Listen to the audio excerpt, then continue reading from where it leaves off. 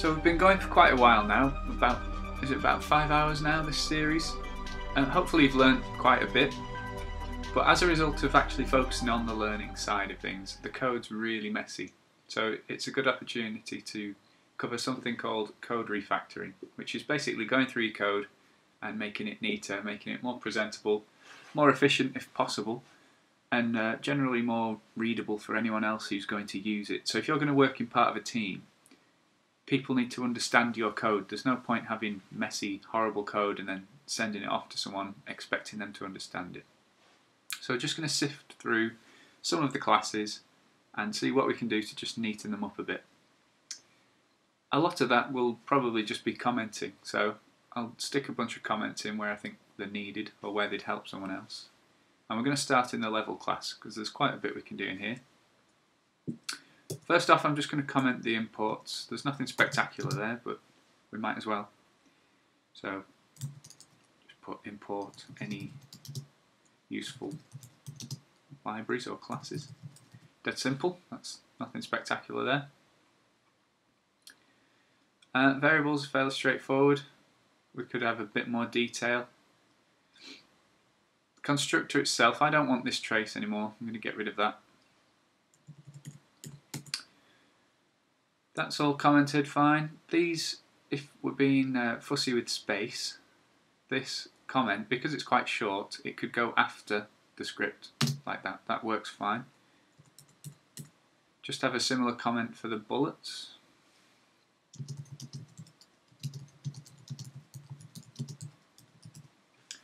That's looking okay. What you could even do, if something's totally done with, you know it's not really likely to change, you can just collapse it. If you select the lines, over here on the line numbers, you can just click the arrow to collapse it in. And again, it frees up a bit of space, makes it neater. This function needs some sort of qualifier in front of it. I'm going to have it as protected. I'm not sure if I've gone into much detail on what public, protected and private are, but we haven't done it there either. Public basically means anyone can get to it, any class can get to this function. Protected means that only this class and any classes based on this class can get to it. So if we're ever going to make, say we take our level and we want to make a slightly harder version of it, we might extend this level class. So if we want the extended version of this class to be able to manipulate this function, we can have it as protected or public. But if we do it public, any class can access it. Protected means just this class and any child classes of it can use it. Private would mean just this class, so you wouldn't be able to manipulate this function in any subclasses, any child classes that you extend from level if you set it to private. Just going to put the same in front of the variables. We'll keep them as protected. Actually, no we won't, because we're going to use them. We use them in other classes, so we'll keep them public. This looping function, there's a lot going on. So what we could do to make it more manageable, more readable, we can cut it up into chunks and have separate functions. So not only would that make it easier to read, it would make it easier to edit or to extend, as I've mentioned in future. For example, this first chunk of code here handles the spawning of ships.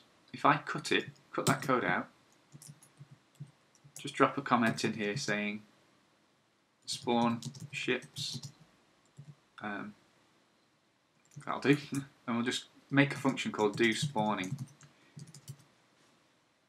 and then below this loop function we make a new function to handle the spawning. So a function to handle the spawning of baddies, and this can be a protected function called do spawning, and we just paste the code that we've chopped up. Yeah? Then if we ever want to quickly just change the logic of the spawning in our level, we can just edit this function. We don't have to work our way through a massive looping function to find where the spawn logic is. I think the actual code we've pasted seems okay. This will eventually change. We're not going to spawn ships based on the amount of children on screen. I'm just going to save that. At this point, let's just check it still works. Yep. So the point of refactoring is that we change the code without actually changing the product at all.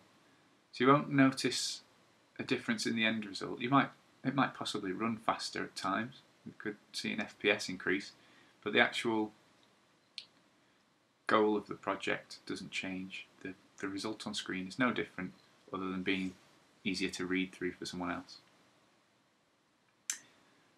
And if you're happy with that, collapse that stuff down. Saves a bit of space again. If you ever want it back, you just click on the little arrow at the end. Dead simple. Let's see. We could do the same for the bullets here. So if we chop this up, cut that out, and make, I don't know, let's have a handle of bullets. We'll do bullets.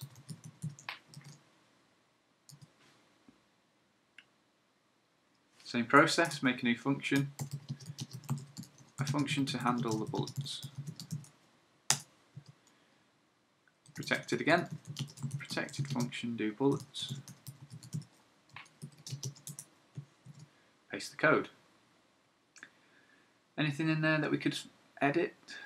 Possibly. I still don't like the way this actually works. We might change that later on. But let's just drop a comment into it. If the bullet was removed from the screen, remove it from the list of bullets. Oops, that needs slashes. So this will make it a lot friendlier to anyone else coming along reading it. Or even yourself, if you come back to your code 6 months down the line and you want to quickly make some edits, it's much easier to do if you've commented it and you know what's going on. Remove that comment.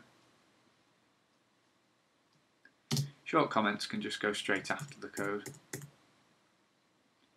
Maybe comment the loop.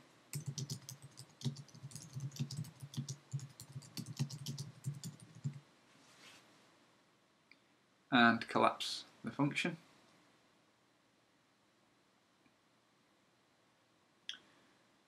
So it's looking a lot cleaner at the moment. Same process again for the ships. There's a lot going on in this chunk actually. We could even refactor the bits inside of the bit that we're chopping. Have I got everything there? Yeah. Let's cut that. Handle the ships and make a function called do ships.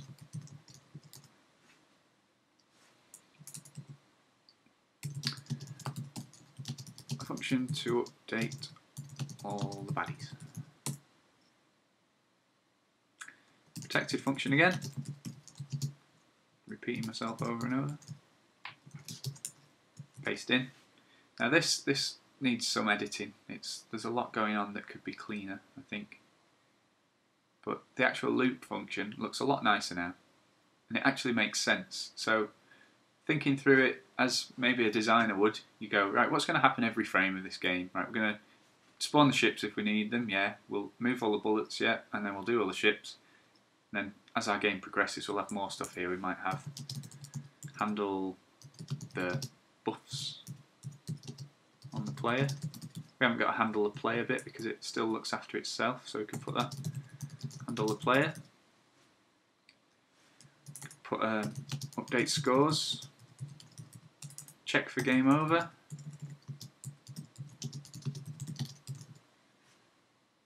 And various other things. This is also known as pseudocode as well. So it's sort of you sort of coding the game out in real language before you start coding it in. There'll be other stuff to go in there, but we'll leave it at that for now. This do ships function we can change. A few videos ago we made this sh variable, put a semicolon at the end, We made this sh variable to save ourselves typing this out every time. So what we should do is replace any appearance of this ships count part with sh. So there, we can put sh instead. There we can do it. We can do it there. And there. I think that's about it. One problem we're going to have, this b count in the for loop, that variable doesn't exist anymore. We've put it into this do bullets function. If we quickly expand that, you can see here that's where we made the var b count. But now, because that's inside this do bullets function, it no longer exists for this do ships function, and that's known as the scope of a variable. If you make a variable inside a function, it only exists inside that function unless you pass it out or otherwise transfer it across. So before, when we made that b count variable in the loop function, we could use it throughout all the logic of the loop. But now, because we've separated it off, we're going to have to make a different variable here. So I'm going to keep the name. I just need to put var back in, so it's making a new variable that has scope inside this function. And that should work. Let's test it. Yep, still working. No errors from what I can see. Good.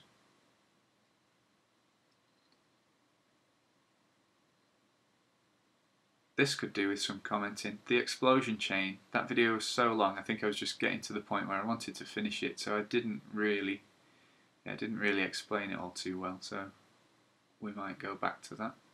Hopefully you understood it and got something out of it at least, but it wasn't the best video in the world, I'll admit.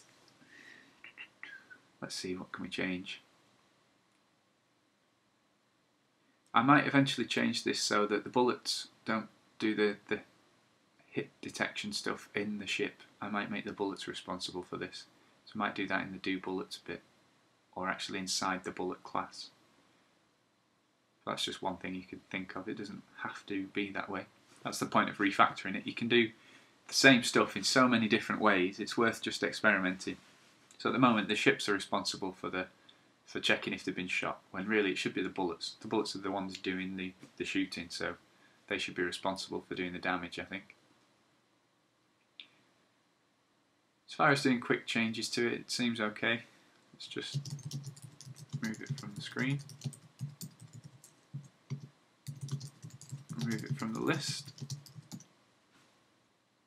Do the same here. If the ship's dead, remove it. That's quite a sweeping comment for a whole load of stuff. So if the ship is dead, that's the first bit. Spawn an explosion chain. Position the explosion.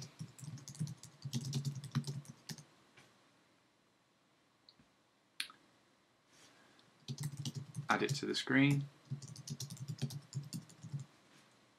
And then remove the ship.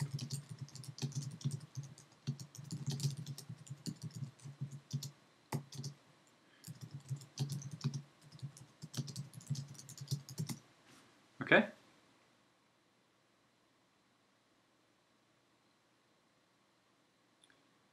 And I'll collapse that. I think we might come back to that and edit it. It might not be in this video though. So now, if we have a quick whisk down our level class, save it, it's a lot friendlier on the eye, a lot easier on the eye. We can see what's going on in fairly simple language without having to understand the code. So we can see here that we've got a loop. Fairly obvious what a loop is, but you could even go a bit further there and say, I don't know, it could be called main loop, or it could be called every frame. Rename it to be called every frame.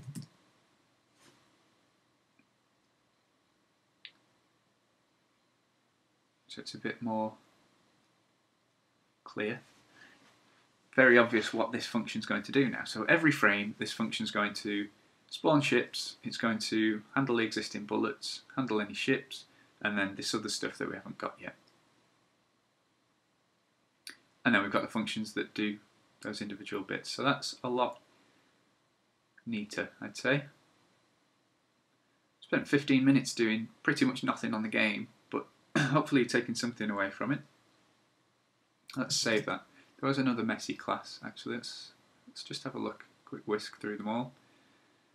This is the ship we're in. So we've got imports, yeah, make the class, and it could be a bit better. Tell the class what properties it has, okay. You could comment each property, so movement speed.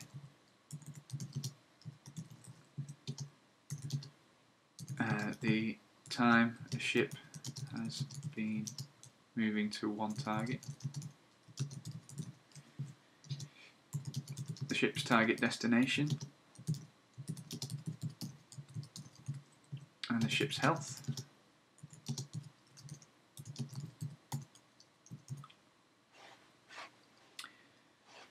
And that's a static one, so we'll have a special comment for that. A static property to count all ships that have been spawned. Functions, that could be better. That can be the constructor there, rather than functions. The constructor. And this should be public. Your constructors should be public, otherwise they can't be used. Just going to save it at this point. I'm going to get rid of this trace, it gets annoying. Let's just put a comment there.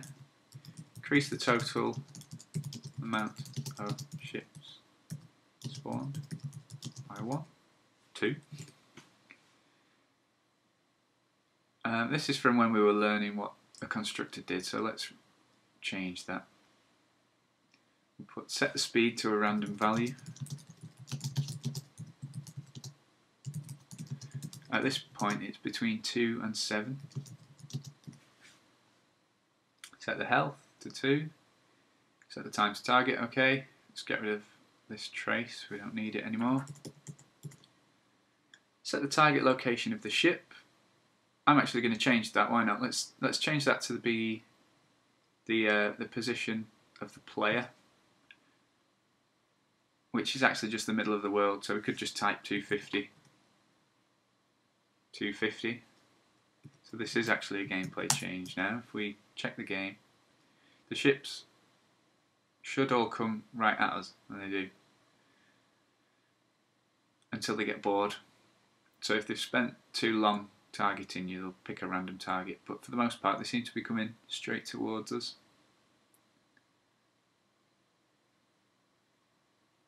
Yes, that's what they'll do eventually anyway, so we might as well leave that. Get rid of these unnecessary comments that we no longer use. This update function should be public.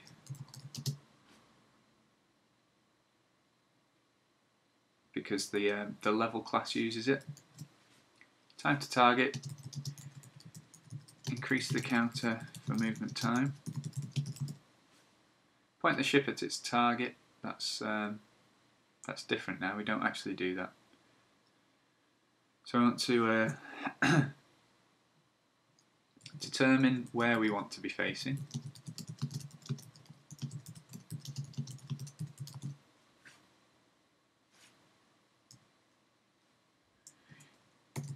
Get the difference between desired and actual rotation. That's what this while bit does. But those two while loops, they wrap the value between -180 and 180, so it can never be beyond that range. That's what these two while loops did. And then if we need to turn, so if we need to turn left, I guess. Oh no, that's right, isn't it? If we need to turn right, turn right. we need to turn left. Turn left. Right, I don't want to bore you too much, so I'll bring this to a close, but hopefully you understand what I'm getting at. We're just trying to make the code a bit more efficient, a bit more readable, make it easier to share.